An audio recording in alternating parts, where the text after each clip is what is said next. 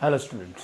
तो last video के अंदर हमने VSEPR थियरी का इंट्रोडक्शन देखा था और मैंने कुछ एक्सपेरिमेंट के बेसिस पे तो हम नहीं बोल सकते, लेकिन हम बोल सकते हैं कि कितने टाइप के मॉलिक्यूल है और उनकी जियोमेट्री क्या होगी विदाउट लोन पेयर। मतलब कि अगर मॉलिक्यूल के अंदर कोई भी लोन पेयर नहीं होगा तो बहुत सारे मॉलिक्यूल ऐसे हैं जो जियोमेट्री और शेप दोनों सेम ही होंगे। ठीक है, तो वो मैंने आपको लास्ट वीडियो के अंदर बताए थे कि कैसे कितनी टाइप्स के मॉलिक्यूल होंगे, उनकी जियोमेट्री क्या होगी। अगर फर्स्ट मैंने बताया था तो लीनियर होता है वो, जैसे कि BCl2 ऐसा कुछ था, मुझे मालूम है वैसे। ठीक है, BCl2 ऐसा कुछ था और BeF2 ऐसा कुछ था एग्जाम्पल। उसके बाद मैंने ट्राइगोनल प्लानर के बारे में बताया था, BCl3 BF3 वो सब आता है, AlCl3 वो सब आता है। देन टेट्राहेड्रल के बारे में बोला था, CH4 NH4 प्लस आयन। तो ये सभी मॉलिक्यूल के अंदर इलेक्ट्रॉन की जो लोन पेयर है वो है ही नहीं, तो ये शेप होता है।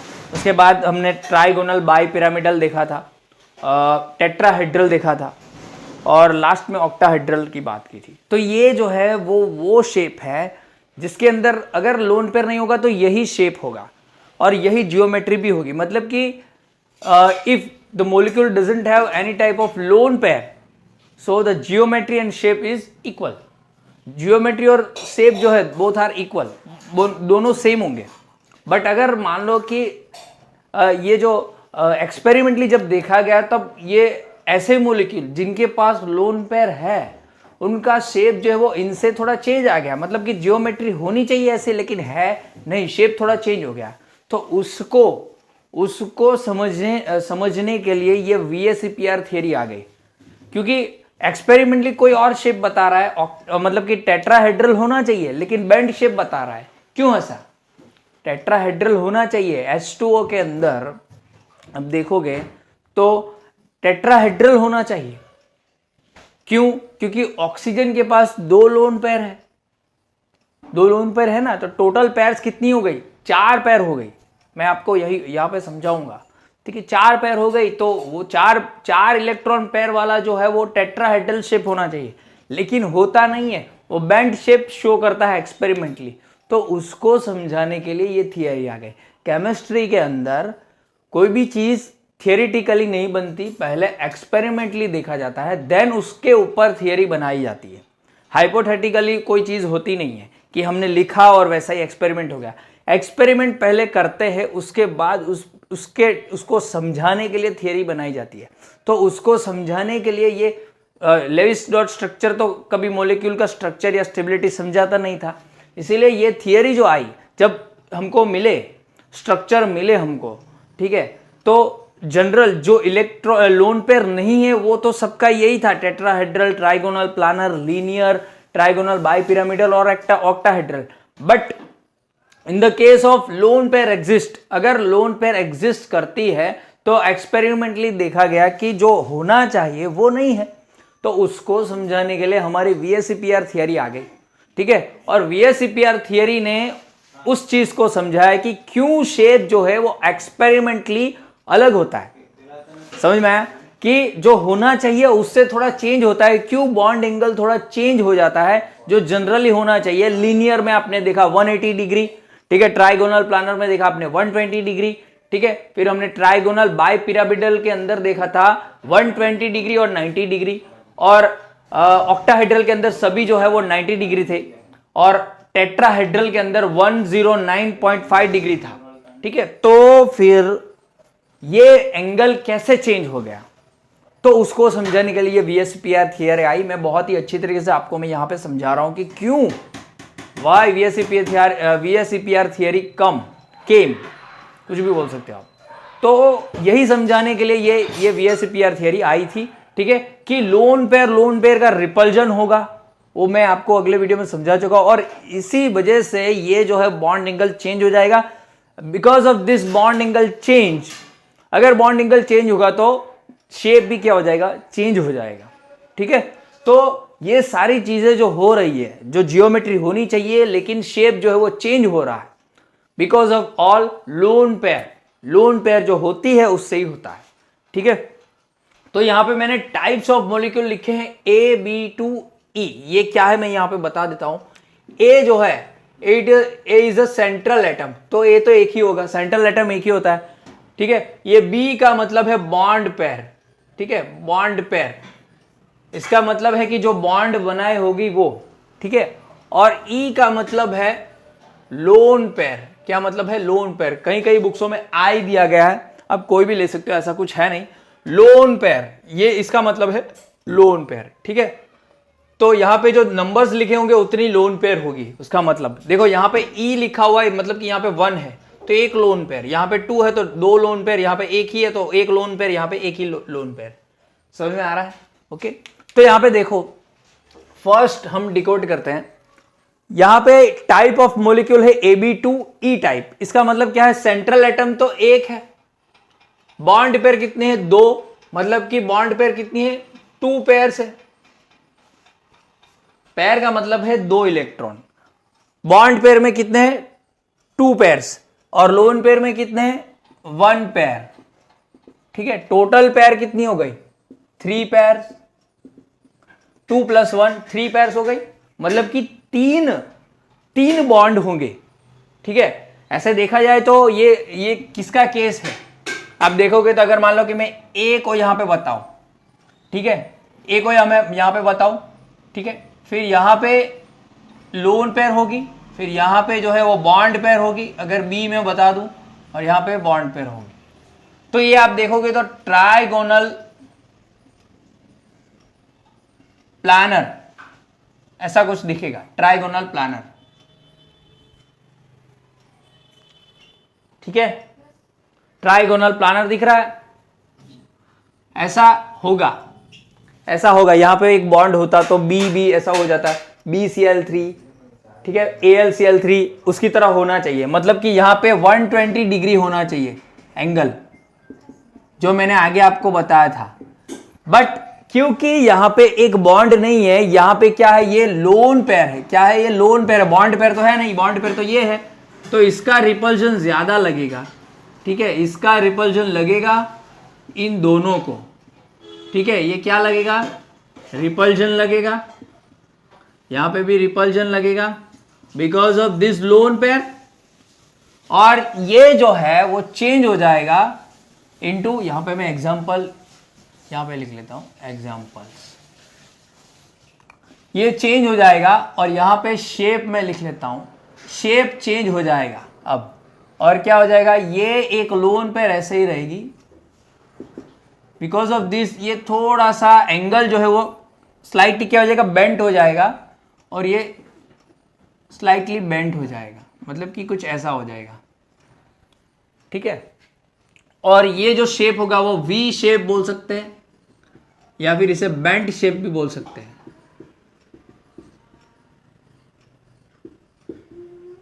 वी शेप और बेंट शेप। मतलब कि वो जो रिपल्जन जो हुआ ना, उससे क्या हो गया कि ये जो है वो थोड़ा सा सिकुड़ गया है, इनका बॉन्ड एंगल थोड़ा सा, ये 120 डिग्री होना चाहिए, लेकिन ये 120 डिग्री है नहीं, और ये जो है वो अराउंड 120 से थोड़ा सा कम हो जाएगा because of this lone pair, ठीक है। तो ये एग्जांपल है SO2 और O3 का, ठीक है, SO2 और O3, ओके। ये आप बोल सकते हो कि अराउंड ये जो होगा वो, मैं सिंपल यहाँ पे बॉन्ड एंगल कोई भी हो सकता है, लेकिन 120 डिग्री से क्या होगा? कम होगा। यहाँ पे अगर मैं लिख लूँ bond angle is less than 120 degree, ठीक है, कुछ भी हो सकता है, डिपेंड करता है वो, ओके, क्लियर। जो ट्राइगोनल प्लानर होना चाहिए उससे वो बॉन्ड पेयर नहीं है ना, ऊपर लोन पेयर है, और लोन पेयर का रिपल्जन ज्यादा है, इसका रिपल्जन ज्यादा है, इसीलिए ये जो है वो थोड़ा सा क्या हो जाएगा? सिकुड़ जाएगा, because of lone pair. Geometry अब शेप नहीं रही, और शेप क्या हो गई? थोड़ी सी चेंज हो गई, ट्राइगोनल प्लानर से क्या हो गई? वी शेप या बेंट शेप हो गई, ठीक है, वी शेप या बेंट शेप हो गई, क्लियर, समझ में आया इतना। अब जो सेकंड टाइप है वो है Ab2E2। इसका मतलब है एक सेंट्रल एटम, बॉन्ड पेयर 2 है, तो यहां पे 2 पेयर्स लिख लो, फिर यहां पे कितने लोन पेयर? 2 पेयर्स है, तो टोटल कितनी हो गई 4 पेयर्स। तो क्या होगा 4 पेयर्स का मतलब ये मीथेन जैसा है CH4 NH4 प्लस वाला, मतलब कि टेट्राहेड्रल होना चाहिए। टेट्राहेड्रल मतलब कि अगर ऐसा हो, ठीक है, तो कुछ ऐसा होना चाहिए, ये नीचे होगा और ये जो है वो ऊपर होगा, प्लान के ऊपर वाला ये और ये प्लान के नीचे वाला ये। मैंने ये सभी अगले वीडियो में समझाया हुआ है, ठीक है। ऐसा कुछ होना चाहिए, मतलब कि इसके पास 2 लोन पेयर है, तो अगर मान लो कि यहाँ पे हम एक लोन पेयर इसको और एक लोन पेयर इसको ले दें, ठीक है। ये जो है वो क्या है, टेट्राहेड्रल शेप है। 4 बॉन्ड जब होते हैं तो टेट्राहेड्रल होता है, लेकिन क्योंकि यहाँ पे लोन पेयर है, तो लोन पेयर क्या करेंगे, रिपल करेंगे। ये इसको भी रिपल्जन करेगा, इसको भी रिपल्जन करेगा, और रिपल्जन करने से क्या होगा, ये जो बॉन्ड पेयर वाला है वो बेंट हो जाएगा, मतलब कि कुछ ऐसा हो जाएगा, ये और ये कुछ इस तरीके से एडजस्ट होंगे कि ये जो है वो कुछ ऐसा शेप हो जाएगा, और ये भी बेंट शेप है। क्या है, बेंट शेप। इसका एंगल जो है वो 104.5 डिग्री का होता है, ठीक है। इसका एग्जाम्पल अच्छी तरीके से होगा H2O which is water. Water के अंदर ऐसा शो होता है बिकॉज ऑफ 2 लोन पेयर होते ही क्या हो जाएगा, इसमें जो एंगल होता है ना वो कितना होता है 109.5 डिग्री का। लेकिन अभी क्योंकि ये बॉन्ड नहीं है, बॉन्ड पेयर वाले इलेक्ट्रॉन नहीं, ये लोन पेयर वाले इलेक्ट्रॉन है, ये भी लोन पेयर है, ये भी लोन पेयर है, और हमको मालूम है लोन पेयर का रिपल्जन ज्यादा होता है, वो खाली बैठे रहते हैं, इसलिए तो ये जो है वो ज़्यादा सिकुड़ जाएगा। अगर हम इसको थोड़ा दूर बना दे तो अच्छा रहेगा, ठीक है, क्लियर। तो कुछ ऐसा शेप होगा, ओके। अब जो टाइप है वो है AB3I, मतलब कि यहां पे मैं AB3E लिख लो या I लिख लो। इसका मतलब है बॉन्ड पेयर 3 पेयर्स हैं और एक लोन पेयर है, टोटल 4 पेयर्स ही हो जाएगी, और 4 पेयर होगी तो टेट्राहेड्रल होगा, ऐसा होना चाहिए, ठीक है। तो कुछ ऐसा होगा। अगर मान लो यहाँ पे ये भी बॉन्ड पेयर ले लेते हैं, ठीक है, ये बॉन्ड पेयर, ये ऐसे बता दो तो भी चलेगा, और ये बॉन्ड पेयर, इसलिए बी यहाँ पे लिख रहा हूँ, बॉन्ड पेयर वाला बी है ना, और यहाँ पे ई भी लिख सकते हो, लेकिन यहाँ पे मैं सिर्फ ये लिख रहा हूँ। यहाँ पे अगर मैं ई लिख लूँ, ठीक है, तो भी चलेगा। ई का मतलब है लोन पेयर, तो ये एक जो है वो यहाँ पे ये लोन पेयर हो जाएगा। ये टेट्राहेड्रल होना चाहिए, टेट्राहेड्रल होना चाहिए, लेकिन होता नहीं है because of this lone pair.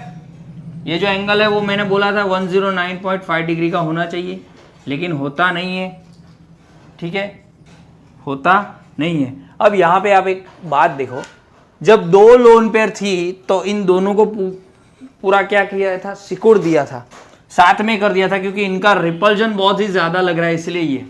अब यहाँ पे एक लोन पेयर है तो थोड़ा कम होगा, यहाँ पे 2 लोन पेयर थी तो इनको सिकुड़ लिया था, लेकिन यहाँ पे एक लोन पेयर है तो क्या होगा, ये जो है कुछ ऐसा बन जाएगा।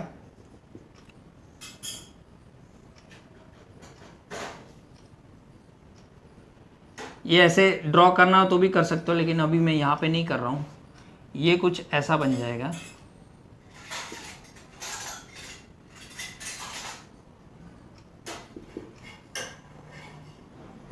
ये कुछ ऐसा बन जाएगा, और ये जो एंगल होगा, अब 2 थी तो कितना डिफरेंस आया यहाँ से लेके यहाँ तक, 5 का डिफरेंस है, तो एक होगी तो 2.5 का, इसलिए 1.7.5 डिग्री, ठीक है। 2.5 का डिफरेंस है, कितना है 2 पॉइंट या 2 का डिफरेंस है, मतलब कि अगर मान लो कि हम लिखना हो हमको, हाँ, तो ये निकाल दो, 2.5 का है तो 107.5 डिग्री, ऐसा कुछ होगा, ठीक है। 10 डिग्री यहाँ पे निकाल लेते हैं, 2.5 का ऐसा कुछ डिफरेंस होता है। एक लोन पेयर जो है वो 2.5 का डिफरेंस लाती है, मतलब कि ये होना चाहिए लेकिन यहाँ पे 2 है तो 2.5 का डिफरेंस है। देखो यहाँ पे 9 से सीधे 4, अगर 1 होगा तो यहाँ पे सॉरी 5 का डिफरेंस, 1 होगा तो 2.5 का, ठीक है। और ये जो है वो हमको देखने को मिलता है NH3 में, मतलब कि एमोनिया के अंदर, क्योंकि एमोनिया के पास जो है वो यहाँ पे एक लोन पेयर होती है और ऑक्सीजन के पास 2 लोन पेयर होती है यहाँ पे, ठीक है। यहाँ पे सल्फर के पास 1 लोन पेयर होती है, ऑक्सीजन में O के पास भी 1 लोन पेयर होती है, ठीक है। समझ में आया इतना? ओके। इस तरीके से जो है वो एक्सपेरिमेंटली ये SO2 है, O3 है, ये होना चाहिए लेकिन ये मिलता है, यहाँ पे ये होना चाहिए लेकिन ये मिलता है एक्सपेरिमेंटली, यहाँ पे ये होना चाहिए, इसका एमोनिया का ये होना चाहिए टेट्राहेड्रल, लेकिन ये मिलता है हमको। इसलिए ये एक्सप्लेन करने के लिए क्यों ये मिल रहा है, ये एंगल क्यों चेंज हो रहा है, क्यों शेप जो है वो जियोमेट्री से अलग हो रही है, because of this lone pair. Okay, ये समझाने के लिए ये थियरी आई थी। ओके, तो नोट करो, फिर आगे बहुत सारे दूसरे टाइप्स हैं वो भी देख लेते हैं। अब यहां पे जो है वो 4th टाइप है AB4E टाइप। इसका मतलब है बॉन्ड पेयर कितनी होगी, ये 4 पेयर्स, लोन पेयर एक ही है तो 1 पेयर, और टोटल होगी 4 + 1 5 पेयर्स। ओके, अब 5 पेयर्स होती है तो वो PCl5 वाला फंडा, ट्राइगोनल बाई पिरामिडल। इसका मतलब ऐसा कुछ होगा,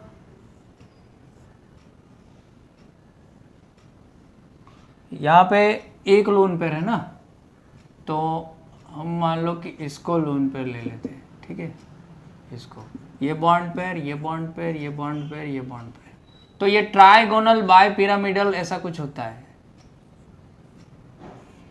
SF5 जैसा, ऊपर एक पिरामिड, नीचे पिरामिड, ट्राइगोनल बाय पिरामिडल, ठीक है, ट्राइगोनल बाय पिरामिडल, ठीक है।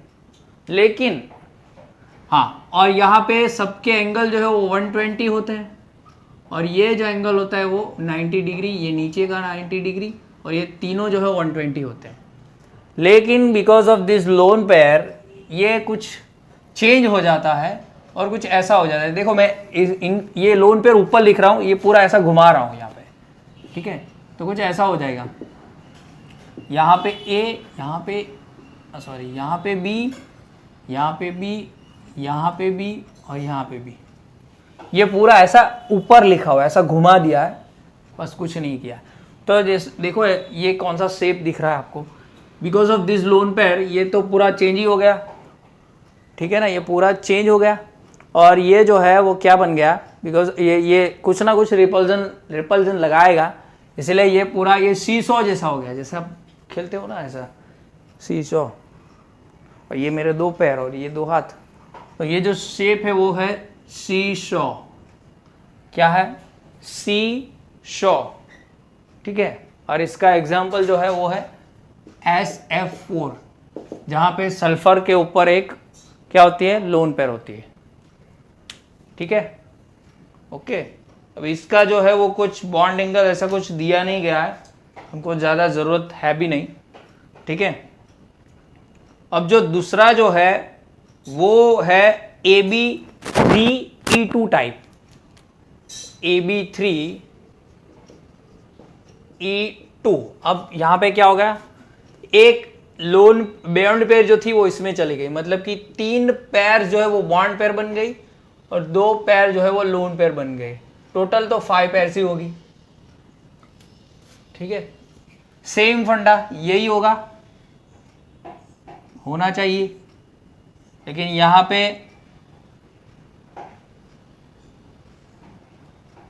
पे जो है वो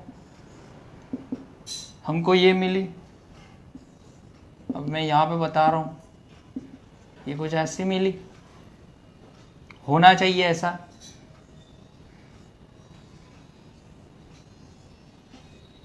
ऐसा कुछ होना चाहिए, ट्राइगोनल बाई पिरामिडल इसको भी बोलेंगे।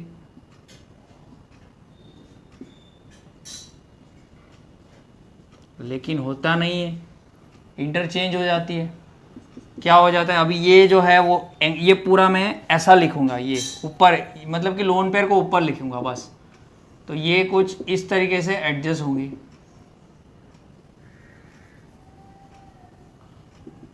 जो एक दूसरे को ज़्यादा मतलब कि ये ना करें, ठीक है।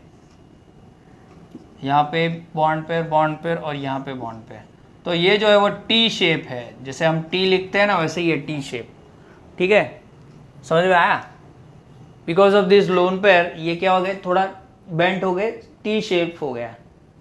और ये जो इसका एग्जाम्पल है वो है ClF3, क्या है ClF3, ठीक है। Because of this lone pair ये लोग क्या करेंगे, ये सिर्फ रिपल करेंगे, ये खुद रिपल एक दूसरे को करेंगे, थोड़ा सा दूर हो जाएंगे, तो ये कुछ ऐसा होगा। ये लोग शेप के अंदर नहीं गिने जाते, ठीक है। अगर मैं यहाँ पे लिख लूँ तो यहाँ पे लिख लो, shape is determined by lone pairs. Shape जो है वो लोन पेयर पे डिपेंड करता है। शेप के अंदर लोन पेयर जो है वो कैलकुलेट नहीं होती है, बॉन्ड पेयर ही होती है। इसलिए अगर ये इन लोग को कैलकुलेट नहीं होगा तो यही कैलकुलेट होगा, इसलिए टी शेप है। इसमें क्या होगा, सीसॉ शेप होगा, ये कैलकुलेट नहीं होगा, लेकिन रिपल्जन की वजह से ये बॉन्ड पेयर खिसकती है, इसलिए ये शेप जो है वो चेंज होता है, ठीक है।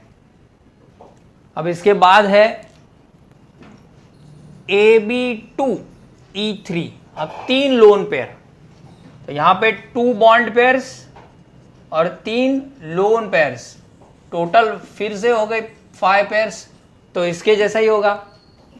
लेकिन यहाँ पे अब क्या हो गई, ये भी लोन पेयर, ये भी लोन पेयर और ये भी लोन पेयर, ये बॉन्ड पेयर और ये बॉन्ड पेयर, ठीक है, समझ में आया। ट्राइगोनल बाय पिरामिडल होना चाहिए,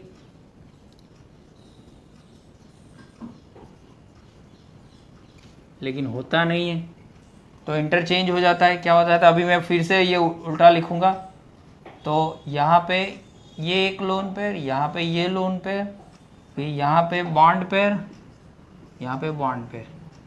सिंपल सी चीज़ है, आपको लोन पेयर को गिनना नहीं है, ये भूल जाना है शेप के अंदर, तो ये एक ही लीनियर शेप हो जाएगा। क्या हो जाएगा, लीनियर शेप।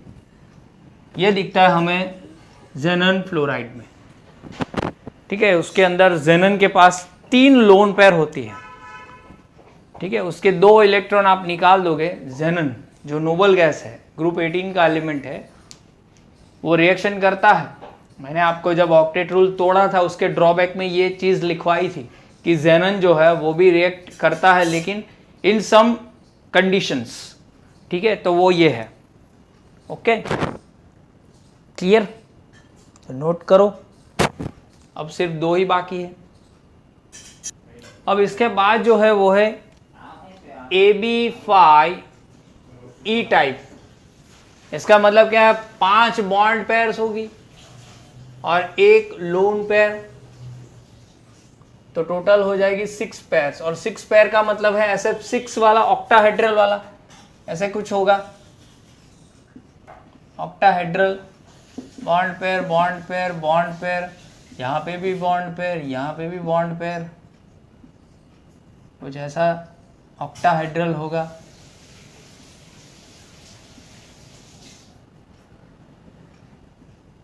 ठीक है। लेकिन यहाँ पे एक लोन पेयर है, तो हमको क्या करनी पड़ेगी, लोन पेयर जो है वो हमें इसमें इंक्लूड करनी पड़ेगी। बॉन्ड पेयर नहीं है तो यहाँ पे एक लोन पेयर डाल देते हैं,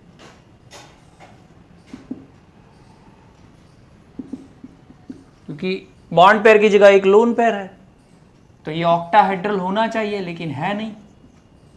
यहाँ पे सबका एंगल 90 डिग्री होता है नहीं, और इसकी वजह से ये क्या हो जाएगा, चेंज हो जाएगा, और चेंज हो जाएगा तो ये पूरा शेप निकल जाएगा। क्या हो जाएगा, शेप ऐसा कुछ हो जाएगा। ये है बॉन्ड पेयर, ये बॉन्ड पेयर, ये बॉन्ड पेयर, ये बॉन्ड पेयर, ये बॉन्ड पेयर। ये नीचे की जो लोन पेयर है वो शेप के अंदर आएगी नहीं, तो कुछ ऐसा हो जाएगा।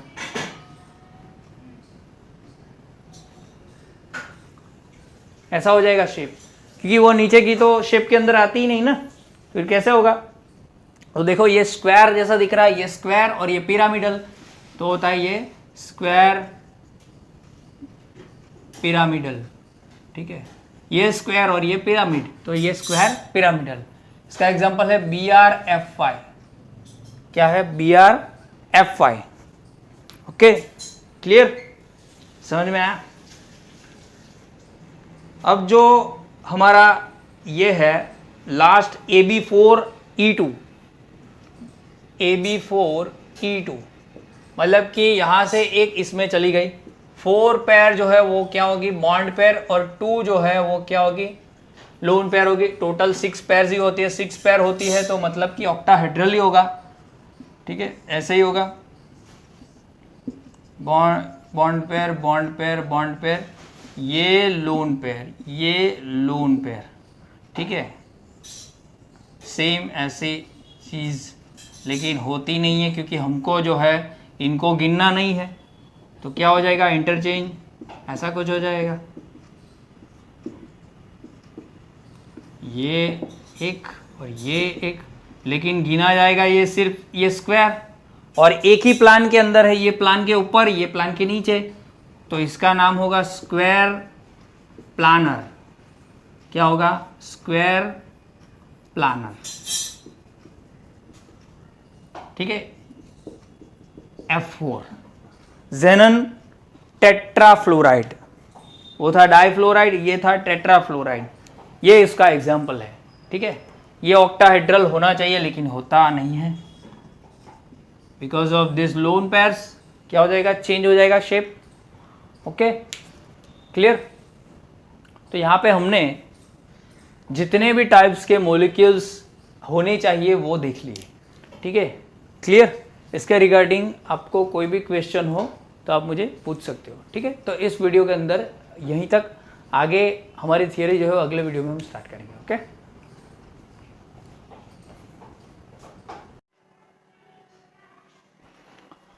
हेलो स्टूडेंट्स, तो लास्ट वीडियो में हमने VSEPR थियरी मतलब कि वेस्पर थियरी के बारे में पढ़ा था कि वेस्पर थियरी जो है वो मॉलिक्यूल के जियोमेट्री जो है वो एक्सप्लेन करती है, क्योंकि लेविस डॉट स्ट्रक्चर वाली जो थियरी थी, कंसेप्ट था, वो मॉलिक्यूल के जियोमेट्री शेप के बारे में कुछ बता नहीं रही थी, ठीक है।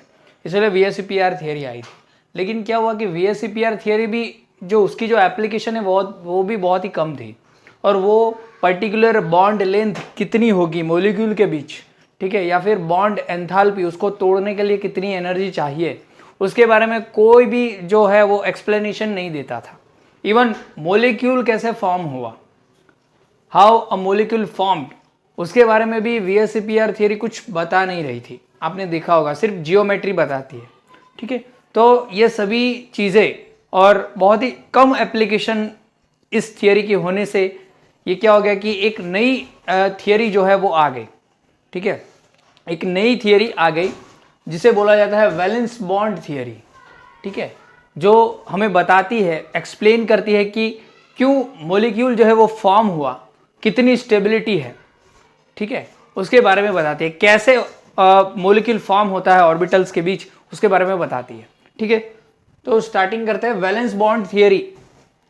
इन 1927 Heitler and London propose this theory. इसको first of all Heitler and London ने क्या किया था? प्रपोज किया था, जो 1931 में L Pauling, in 1931 L Pauling and Slater, C Slater नाम है लेकिन चलेगा, फर्दर इन्होंने क्या किया था? इम्प्रूव दिस थियरी, इसको फर्दर क्या किया? इसको इम्प्रूव कर दिया, ठीक है। 4 साल के अंदर इन्होंने क्या किया? फर्दर इम्प्रूव कर दिया।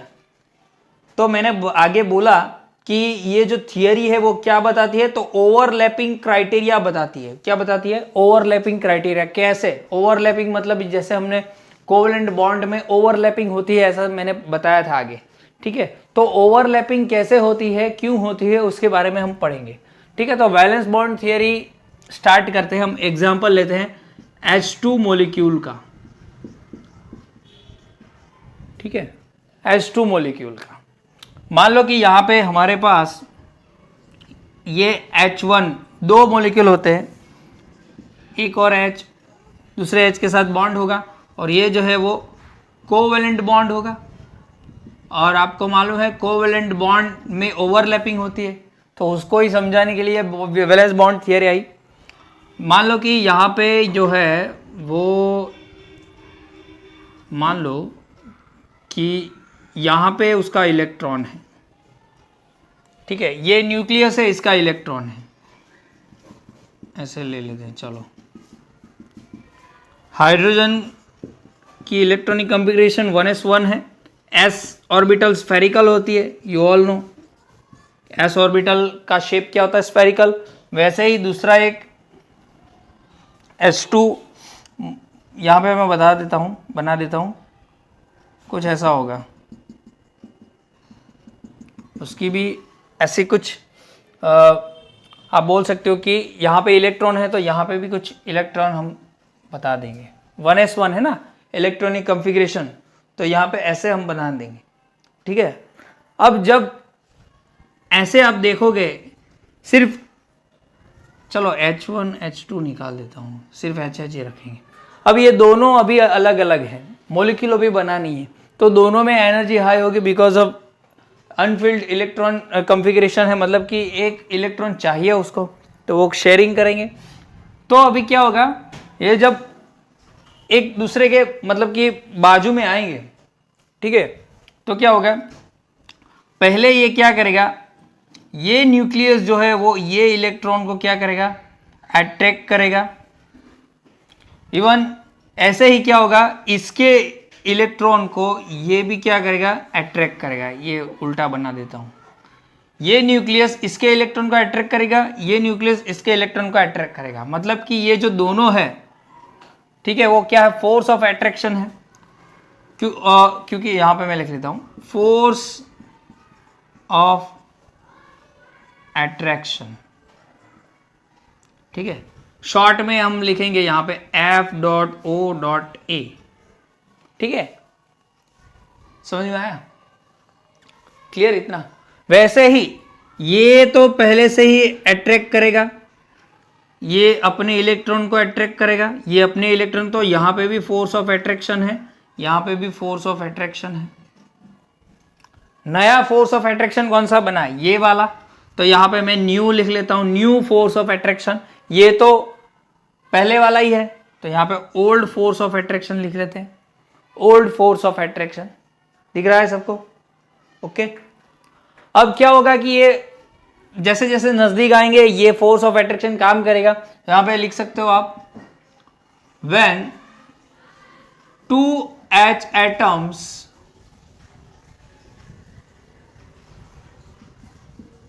come near to each other, the new force of attraction starts acting। ये क्या करेगा, एक्ट करने लगेगा कि ये न्यूक्लियस इसको फोर्स ये करेगा, और ये न्यूक्लियस इसके इलेक्ट्रॉन को अट्रैक्ट करेगा। ठीक है, अब जैसे जैसे पास आते जाएंगे ये एक्ट करने लगेगा। लेकिन कुछ देर के बाद क्या होगा, कुछ देर के बाद अब ये जो है, ये न्यूक्लियस और ये न्यूक्लियस दोनों पॉजिटिव है, क्योंकि उसके अंदर प्रोटॉन है, न्यूट्रॉन की बात नहीं है। यहाँ पे तो न्यूट्रॉन है ही नहीं, हाइड्रोजन में तो, लेकिन होता तो भी कुछ नहीं, उसके पास तो कोई चार्ज नहीं है। तो ये पॉजिटिव और ये पॉजिटिव क्या करेंगे, एक दूसरे को क्या करेंगे, रिपल करेंगे, क्योंकि सेम चार्ज है। तो ये क्या करेंगे, ये इसको धकेलेगा, ये इसको धकेलेगा, ये क्या करेंगे, एक दूसरे को रिपल करेंगे ना। तो यहाँ पे मैं लिख देता हूँ, चलो आप बीच में ही लिख लेता हूँ, यहाँ पे force of repulsion, short form में लिख रहा हूँ FOR, फोर्स ऑफ रिपल्जन। ठीक है, और ये कौन सा, न्यू फोर्स ऑफ रिपल्जन है, लेकिन लिखना नहीं है यहाँ पे, सेम उसी तरीके से ये क्या होगा, ये तो घूमेगा तो ये और ये इलेक्ट्रॉन एक दूसरे के बाजू में आएंगे तो ये भी क्या करेंगे, एक दूसरे को रिपल करेंगे, तो ये भी क्या करेंगे, रिपल्जन करेंगे, तो ये भी एक फोर्स ऑफ रिपल्जन बन गया। तो यहां पे लिख सकते हैं हम when both H atoms come together the new force of repulsion also starts acting। क्या करेगा, ये फोर्स ऑफ ये जो रिपल्जन है वो भी एक्ट करेगा, अट्रैक्शन तो एक्ट करेगा, अट्रैक्शन तो है ही लेकिन रिपल्जन भी है, इसलिए वो भी क्या करेगा, अट्रैक्ट करेगा, रिपल करेगा, ठीक है। और तो क्या होगा, मतलब कि कैसे बॉन्ड बनेगा। सो एट द सिचुएशन, एक सिचुएशन आएगी when both force of attraction is equal to force of repulsion, जब फोर्स ऑफ अट्रैक्शन और फोर्स ऑफ रिपल्जन सेम हो जाएंगे, ठीक है, क्या हो जाएंगे, सेम हो जाएंगे, दोनों की वैल्यू सेम हो जाएगी, एक ज्यादा होगा एक कम होगा तो नहीं चलेगा, सेम हो जाएगी। The bond formation happen and molecule formed with, जब ये दोनों इक्वल हो जाएंगे, जब ये फोर्स ऑफ अट्रैक्शन और फोर्स ऑफ रिपल्जन दोनों इक्वल हो जाएंगे, क्योंकि एक ज्यादा होगा और एक कम होगा ऐसा कुछ नहीं होता, एक ज्यादा होगा एक कम होगा, अगर रिपल्जन ज्यादा होगा तो दूर चले जाएंगे, ठीक है, इसलिए क्या होगा कि दोनों सेम हो जाएंगे। मैंने आगे बोला था कि आप ऐसे एडजस्ट करोगे कि आप अच्छी तरीके से बैलेंस बैठ सको, वैसे ही ये लोग भी करेंगे कि दोनों इक्वल हो जाए, तब क्या करेंगे, बॉन्ड फॉर्मेशन हो जाएगा, ठीक है, तब जाके बॉन्ड फॉर्मेशन होगा और H2 मॉलिक्यूल बन जाएगा, समझ में आया, क्लियर, तब जाके मॉलिक्यूल फॉर्म होगा, जब force of attraction and force of repulsion क्या हो जाएगा, इक्वल हो जाएगा, ठीक है। इनडायरेक्टली जब बॉन्ड फॉर्मेशन होता है तो एनर्जी रिलीज होती है, बाहर निकल जाती है, क्योंकि यहाँ अगर अकेले H और अकेला H होगा, H एटम, तो उसमें एनर्जी ज्यादा होती है तो स्टेबिलिटी कम होती है, लेकिन जब एक मॉलिक्यूल बन जाता है तब एनर्जी रिलीज हो जाती है। अब एनर्जी बोले तो पोटेंशियल एनर्जी, किसी के अंदर भी जो भी एनर्जी होती है वो पोटेंशियल एनर्जी बोली जाती है, तो पोटेंशियल एनर्जी जब बॉन्ड फॉर्मेशन होगा तो मॉलिक्यूल फॉर्म हो जाएगा, तो मॉलिक्यूल जब फॉर्म हो जाएगा तो एनर्जी रिलीज, सब निकल जाएगी एनर्जी, और जैसे ही एनर्जी निकल गई तो स्टेबिलिटी आ गई, स्टेबिलिटी क्या हो जाएगी, गेन हो जाएगी। आपको मैंने मालूम है कि stability is inversely proportional to energy, जितनी एनर्जी ज्यादा उतनी स्टेबिलिटी कम, तो अकेला H एटम होगा तो उसमें एनर्जी बहुत ही ज्यादा होती है तो स्टेबिलिटी कम होगी, लेकिन जब मॉलिक्यूल बन जाएगा तब सारी एनर्जी निकल जाएगी।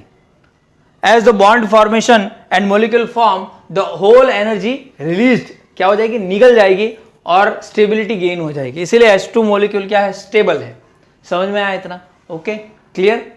तो इतना नोट करो, फिर एक ग्राफ जो है वो हम देख लेते हैं। ये वैलेंस बॉन्ड थियरी की बात मैंने आपको बताई कि कोई मॉलिक्यूल फॉर्म होता है, ठीक है, तब दो फोर्स होती है, force of attraction, force of repulsion.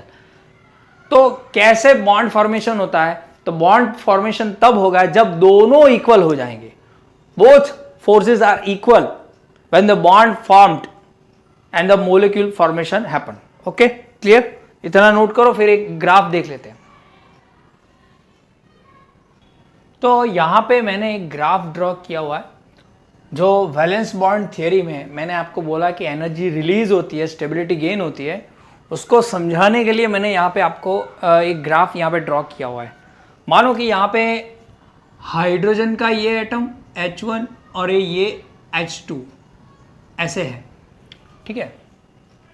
तो यहाँ पे एनर्जी ज्यादा होगी। हाँ, एक और बात, यहाँ पे पोटेंशियल एनर्जी दी गई है, ये बीच की लाइन जो है वो है जीरो की, मतलब कि यहाँ पे जो है वो पोटेंशियल एनर्जी क्या होगी, जीरो होगी, जो एटम के अंदर होती है, ठीक है। ये है डिस्टेंस r, जो कम होगा, इस तरह कम होता है, जैसे कि अगर मान लो कि यहाँ पे मैं लिख लूँ 120 picometer, 110 picometer, 100 picometer, 90 picometer, 80 picometer, फिर यहाँ पे 70 पिकोमीटर, 60 पिकोमीटर। ठीक है, ये डिस्टेंस है जो दो एटम के बीच है, वो डिस्टेंस यहाँ पे बताता है, इंटरमोलिकुलर डिस्टेंस भी बोल सकते हो आप। ठीक है, तो यहाँ पे क्या होगा, कुछ ऐसा होगा कि यहाँ पे जब आप एटम बाजू में आएंगे तो फोर्स ऑफ अट्रैक्शन क्या होगा, डिक्रीज होगा, पोटेंशियल एनर्जी डिक्रीज होती जाएगी, ये पोटेंशियल एनर्जी डिक्रीज होती जाएगी, पोटेंशियल एनर्जी डिक्रीज होती जाएगी। फिर यहाँ पे एक पॉइंट ऐसा आएगा यहाँ पे, उसके बाद ये जो है वो पोटेंशियल एनर्जी बढ़ती जाएगी, बढ़ती जाएगी, बढ़ती जाएगी, फिर बढ़ती जाएगी ऐसा, क्योंकि हमको क्या करना है कि स्टेबिलिटी गेन करना है। ठीक है, यहाँ पे अगर स्टेबिलिटी गेन करना है तो एनर्जी जितनी हो सके उतनी रिलीज होनी चाहिए, मतलब कि कम एनर्जी होनी चाहिए, मोलिक्यूल के अंदर कम एनर्जी होनी चाहिए।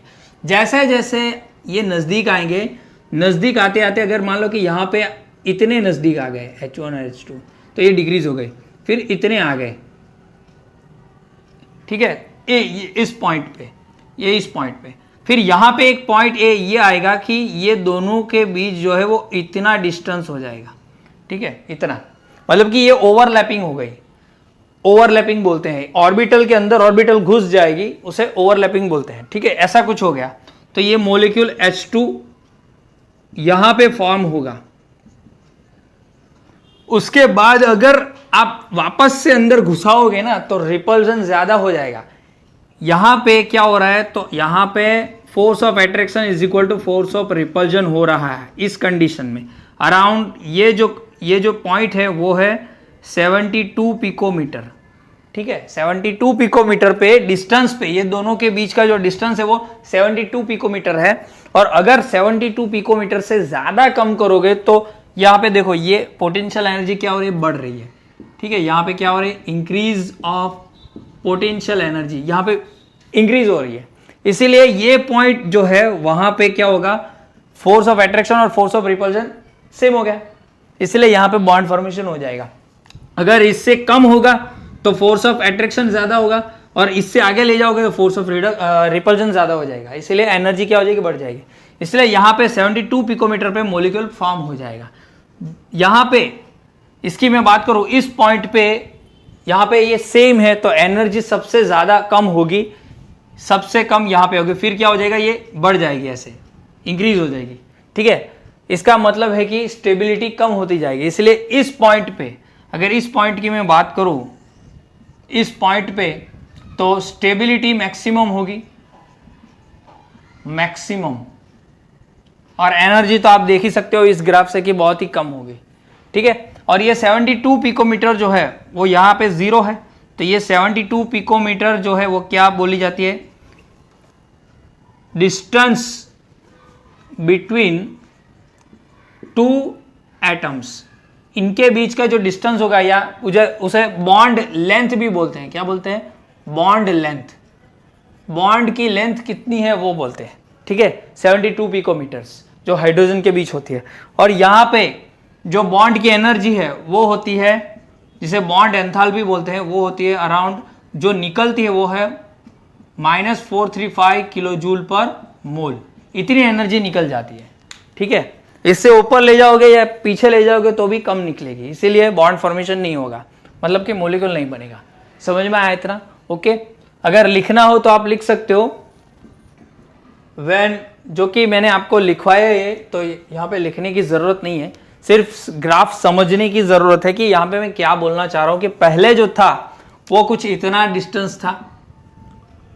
ठीक है, थोड़ा सा जो है वो यहाँ पे थोड़ा बाजू में आया इतना, तो यहाँ पे कौन सा फोर्स एक्ट कर रहा था, फोर्स ऑफ अट्रैक्शन एक्ट कर रहा था, इसलिए बाजू में आ रहे थे।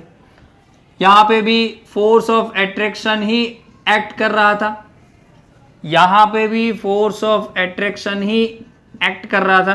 फिर जैसे जैसे बाजू में गए तो फोर्स ऑफ अट्रैक्शन के साथ फोर्स ऑफ रिपल्जन भी अट्रैक्ट करने वर्क करने लगा, और यहाँ पे कुछ ऐसा हो गया कि दोनों सेम हो गए। अगर इससे ज्यादा आप जाओगे तो क्या हो जाएगा, ये बढ़ जाएगा, ये बढ़ गया तो फिर क्या हो जाएगा, रिपल्जन होगा तो दूर चले जाएंगे। इसलिए ऐसा कुछ डिस्टेंस होगा तब जाके वो बैठ जाएंगे, तब जाके बॉन्ड फॉर्मेशन हो जाएगा। ठीक है, वो पॉइंट कहाँ होगा, जब दोनों जो है वो क्या हो जाएंगे, रिपल्जन और अट्रैक्शन सेम हो जाएंगे। ठीक है, हाइड्रोजन के लिए वो डिस्टेंस है 72 पिकोमीटर, इसका मतलब है कि 0 से इतना 72 पिकोमीटर होता है, तो बॉन्ड लेंथ क्या होगी 72 पिकोमीटर होगी। और यहाँ पे इस पॉइंट पे जो एनर्जी निकलेगी, ये जो ग्राफ पे यहाँ पे बताएंगे, ठीक है, यहाँ पे ये क्या होगी -435 किलो जूल पर मोल, वो क्या होगी इसकी बॉन्ड एंथैल्पी होगी, जो एनर्जी यहाँ पे बनाती है, जो निकलेगी, क्योंकि यहाँ पे मॉलिक्यूल बन रहा है ना, तो क्या होगी एनर्जी निकलेगी। अगर मॉलिक्यूल टूटता, ठीक है, तो एनर्जी क्या होगी हमको देनी पड़ती, लेकिन यहाँ पे मॉलिक्यूल बन रहा है इसलिए सिस्टम में से बाहर निकलेगी वो, इसलिए माइनस यहाँ पे नेगेटिव शो होता है। ठीक है, समझ में आया? Okay, clear. ये ग्राफ जो है वो वैलेंस बॉन्ड थियरी में वैलेंस बॉन्ड थियरी कैसे एक्सप्लेन करती है बॉन्ड फॉर्मेशन में, उसके बारे में बताती है। ठीक है, ओके, तो ये नोट करो। अब वैलेंस बॉन्ड थियरी में हम आगे चलते हैं और ओवरलैपिंग के बारे में बात करते हैं, जो मैंने आपको आगे बोला what is overlapping, overlapping of orbitals, उसके बारे में बात करते हैं। तो पहली चीज मैं ये बताऊंगा कि ओवरलैपिंग क्या है, उसके बारे में आपको मैं बताऊंगा कि ओवरलैपिंग क्या है। अगर मान लो कि यहाँ पे कोई एटम है, हाइड्रोजन का ही एटम ले लो, ठीक है, एक दूसरा हाइड्रोजन का एटम जो है वो क्या करेगा, इसके साथ कोवेलेंट बॉन्ड बनाएगा, एक दूसरे के पास आएंगे और कुछ ऐसा ओवरलैप हो जाएगा, क्योंकि कोवेलेंट बॉन्ड है तो कोवेलेंट बॉन्ड में ओवरलैपिंग होती है, तो एक दूसरे के साथ क्या हो जाएगा, मिक्स हो जाएगा। तो ये इलेक्ट्रॉन इसका यहाँ पे है, ये एक इलेक्ट्रॉन यहाँ पे है, तो ये बोलेगा ये दोनों इलेक्ट्रॉन मेरे हैं, और ये भी बोलेगा ये दोनों इलेक्ट्रॉन मेरे हैं, क्योंकि हमने शेयर किए हुए हैं। ठीक है, तो ये यहाँ पे ये जो है वो उसे बोला जाता है overlapping, mix of valence orbitals. ये सिर्फ वैलेंस ऑर्बिटल के अंदर ही होता है। ठीक है, क्योंकि इसकी थियरी का नाम ही है वैलेंस बॉन्ड थियरी, तो वैलेंस ऑर्बिटल के बारे में ये बताती है, क्योंकि इनर शेल जो होता है वो रिएक्शन में टेक पार्ट नहीं करता, वो बॉन्ड फॉर्मेशन में कुछ करता नहीं है। इवन ये जो न्यूक्लियस है वो भी कुछ नहीं करता, कुछ करता है तो कौन सी ऑर्बिटल्स करती है, वैलेंस ऑर्बिटल्स, मतलब कि जो लास्ट शेल होती है वही करती है। ठीक है, लास्ट शेल की ऑर्बिटल्स ही करती है, तो इसे ओवरलैपिंग बोला जाता है, ओवरलैपिंग ऑफ ऑर्बिटल्स, या फिर वैलेंस ऑर्बिटल्स बोल सकते हैं। Okay, clear. किसे ओवरलैपिंग बोलते हैं, एक दूसरे के अंदर घुस जाना। ओके, अब ओवरलैपिंग जो है वो अराउंड 3 टाइप्स की होती है, 3 types of overlapping. First is positive overlapping,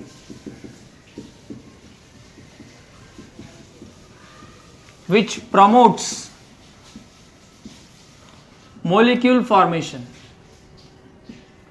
अगर पॉजिटिव ओवरलैपिंग होगी तो मॉलिक्यूल बनेगा। ठीक है, then second is negative overlapping, and third one is zero overlapping. इसमें कुछ बनता नहीं है।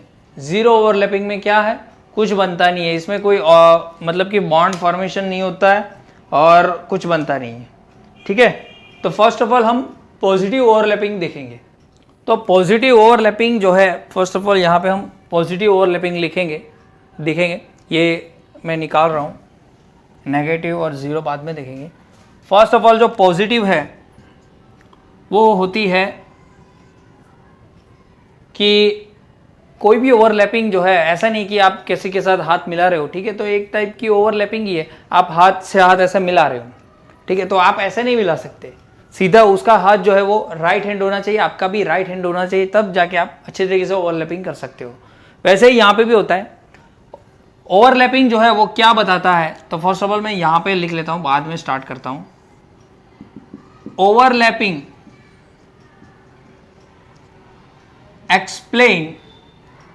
explains about directional importance of orbitals। Overlapping जो है वो क्या एक्सप्लेन करती है कि डायरेक्शन क्या है ऑर्बिटल्स की। ठीक है, ऐसे आप ऐसे मिलाओगे हाथ ऐसे तो ओवरलैपिंग होगी। ये आप एक डायरेक्शन नहीं है, ये आपकी अच्छी डायरेक्शन ओवरलैपिंग के लिए ऐसी होती है, ठीक है। तो आप हाथ मिला सकते हो किसी के साथ, फिर ऐसे नहीं मिला सकते, समझ में आ रहा है ना। तो डायरेक्शन क्या है ऑर्बिटल की, ठीक है, उस पर डिपेंड करता है कि पॉजिटिव ओवरलैपिंग होगी, नेगेटिव होगी कि जीरो होगी, ठीक है। तो यहां पे लिखना हो तो लिख लो, it depends on direction of orbitals that either overlapping is positive, negative और zero overlapping,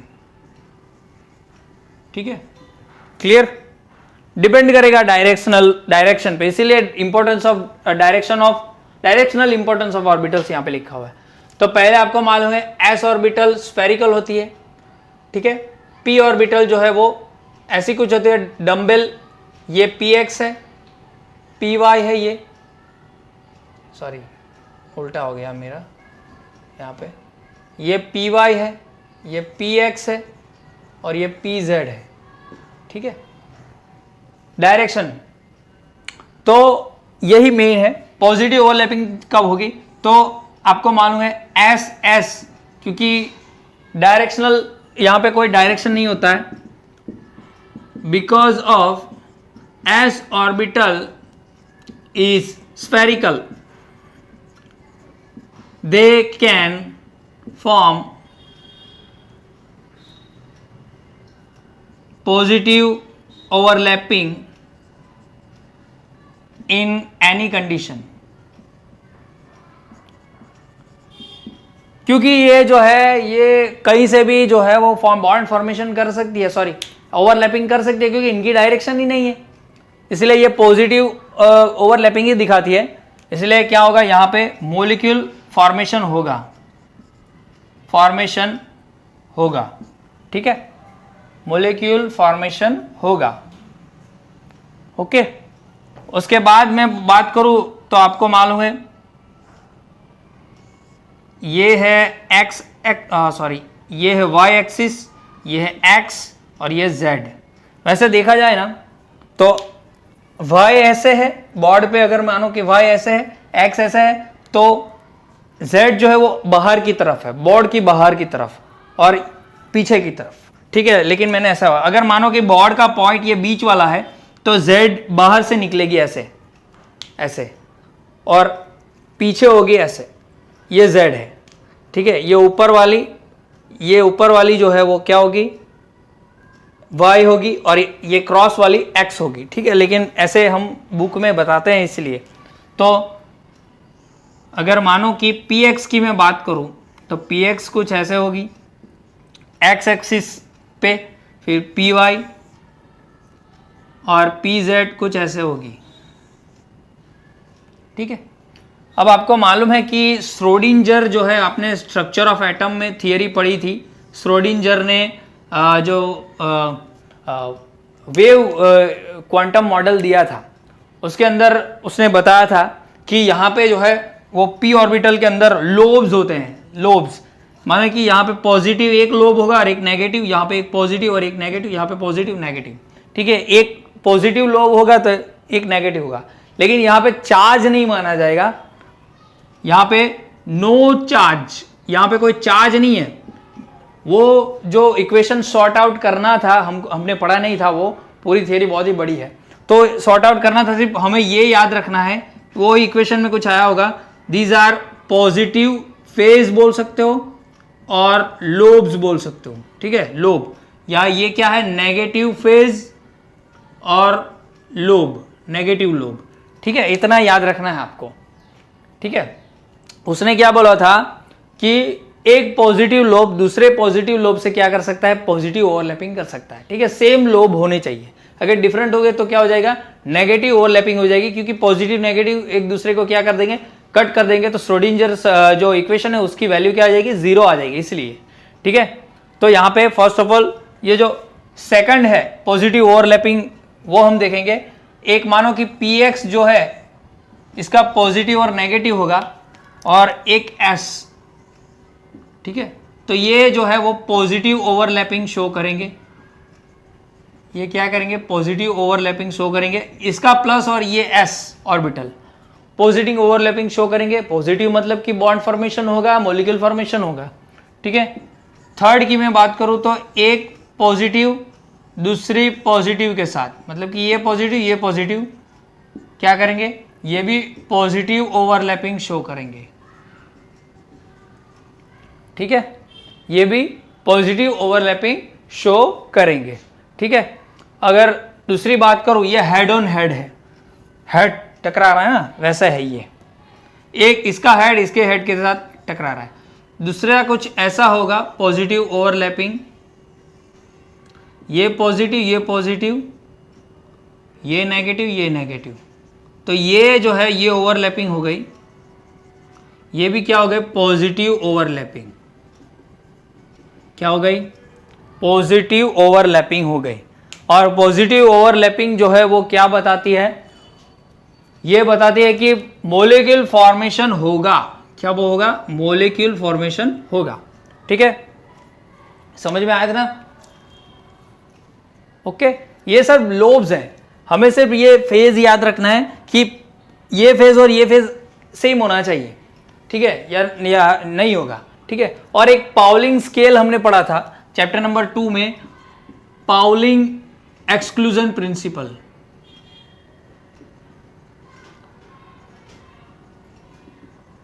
sorry Pauling scale तो वो इलेक्ट्रोनेगेटिव वाला है। पाउलिंग एक्सक्लूजन प्रिंसिपल क्या बोलता है कि जो ऑर्बिटल होगी उसमें एक इलेक्ट्रॉन क्लॉकवाइज होगा, उसकी स्पिन तो दूसरे की क्या होनी चाहिए, एंटी क्लॉकवाइज होनी चाहिए। इसका मतलब क्या है, देखो यहाँ पे अगर इसके इलेक्ट्रॉन की जो स्पिन होगी वो ऐसे होगी तो इसकी क्या होनी चाहिए, ऐसी होनी चाहिए। इसका ऐसा होगा तो इसकी ऐसी होनी चाहिए। सेम ऐसी दोनों की स्पिन सेम नहीं हो सकती, ठीक है। जैसे हम ऑर्बिटल में इलेक्ट्रॉन लिखते हैं तो कैसे लिखते हैं, अगर दो होंगे तो ऐसे लिखते हैं ना, ठीक है ना। तो दोनों की स्पिन सेम होगी तो ओवरलैपिंग नहीं होगी, इसलिए दोनों की क्या होनी चाहिए, इसकी क्लॉकवाइज तो इसकी एंटी क्लॉकवाइज, इसकी एंटी क्लॉकवाइज तो इसकी क्लॉकवाइज, उल्टी होनी चाहिए, तब जाके पॉजिटिव ओवरलैपिंग होगी, ठीक है। पाउलिंग एक्सक्लूजन प्रिंसिपल हमने पढ़ा था कि यहां पे लिखना हो तो लिख लो, electron of valence orbitals must be opposite spin to overlap, overlap करने के लिए ऑपोजिट स्पिन होनी चाहिए, ठीक है, क्लियर। तो इतना नोट करो। अब हम नेगेटिव ओवरलैपिंग के बारे में बात करेंगे।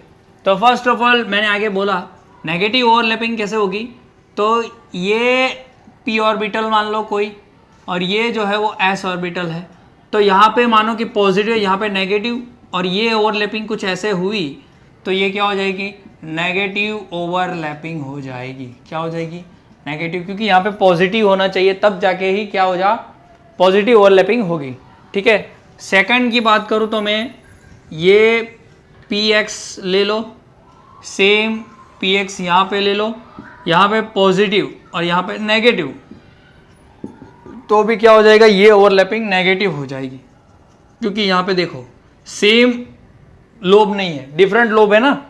यहाँ पे देखो डिफरेंट लोब्स हैं, डिफरेंट लोब्स है ना, इसीलिए, ठीक है। सेम यहाँ पे होगा नेगेटिव ओवरलैपिंग,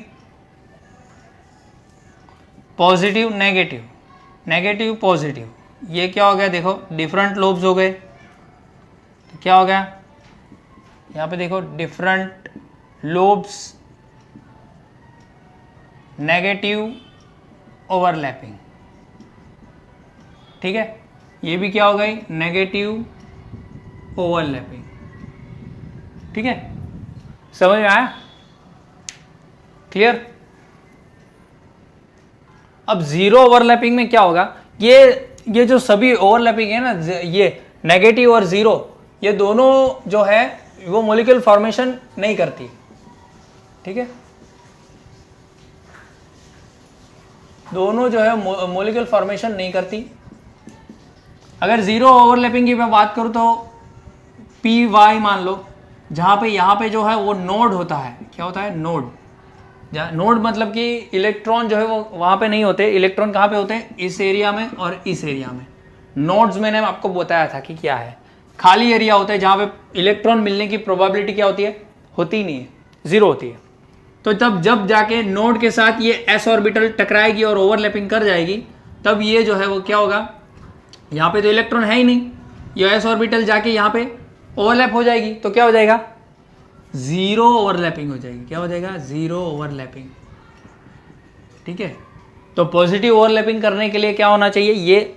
ये पी वाई इसके साथ नहीं कर सकती, पी एक्स होना चाहिए। ठीक है, तो डायरेक्शन बहुत ही इंपॉर्टेंट है, क्योंकि ये डायरेक्शन में एस ऑर्बिटल के साथ कोई फॉर्मेशन नहीं हो सकता।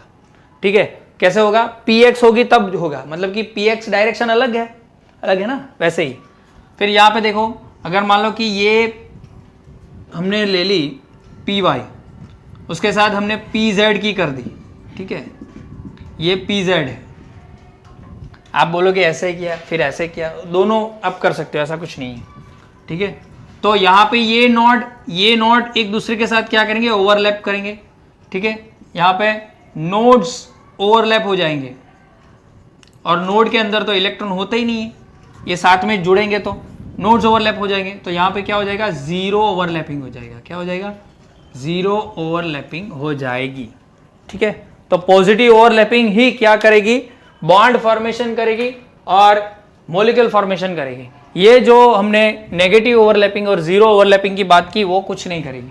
ठीक है, यहाँ पे आप पॉजिटिव नेगेटिव लिख लो, नहीं लिखो, कुछ ये नहीं है, क्योंकि ओवरलैपिंग तो हो नहीं रही है। यहाँ पे पॉजिटिव नेगेटिव होगा ही नहीं, क्योंकि यहाँ पे ये जो है वो क्या होगा? नोड की ओवरलैपिंग होगी, क्योंकि ये ऐसे नहीं मिलेगा, ये थोड़ा क्रॉस होता है। ठीक है, ये Z जो है वो थोड़ा क्रॉस होता है ना, तो ये पहले ये मिलेगा, ऐसे अच्छी तरीके से फॉर्मेशन ओवरलैपिंग नहीं होगी। ठीक है, क्लियर? समझ में आया? तो ये नोट करो। इस वीडियो में हमने देखा कि वैलेंस बॉन्ड थियरी का इंट्रोडक्शन क्या है, क्या नहीं है, कैसे ओवरलैपिंग वो एक्सप्लेन करता है, और कैसे कुछ बॉन्ड जो है वो फॉर्मेशन नहीं होते। ठीक है, मॉलिक्यूल कैसे बनते हैं उसके बारे में देखा। आगे हम बॉन्ड के बारे में बात करेंगे, और वैलेंस बॉन्ड थियरी भी क्या हो गई, ये ओवरलैपिंग वाला फंडा फेल हो गया था, क्योंकि सभी मॉलिक्यूल के लिए जो है वो ये कॉम्प्लेक्स पॉली एटॉमिक मॉलिक्यूल, मतलब कि एक से ज़्यादा, उसके लिए ये अप्लाई नहीं होता है। तो उसके बारे में बात करेंगे। उसके बाद सिग्मा बॉन्ड और पाई बॉन्ड के बारे में बात करें, जो मैंने आगे बताया था वही, उसके बारे में थोड़ी ज़्यादा डिटेल में बात करेंगे। ठीक है, तो इस वीडियो में यहीं तक, आगे जो भी थियरी बाकी है वो अगले वीडियो में हम देखेंगे। ओके।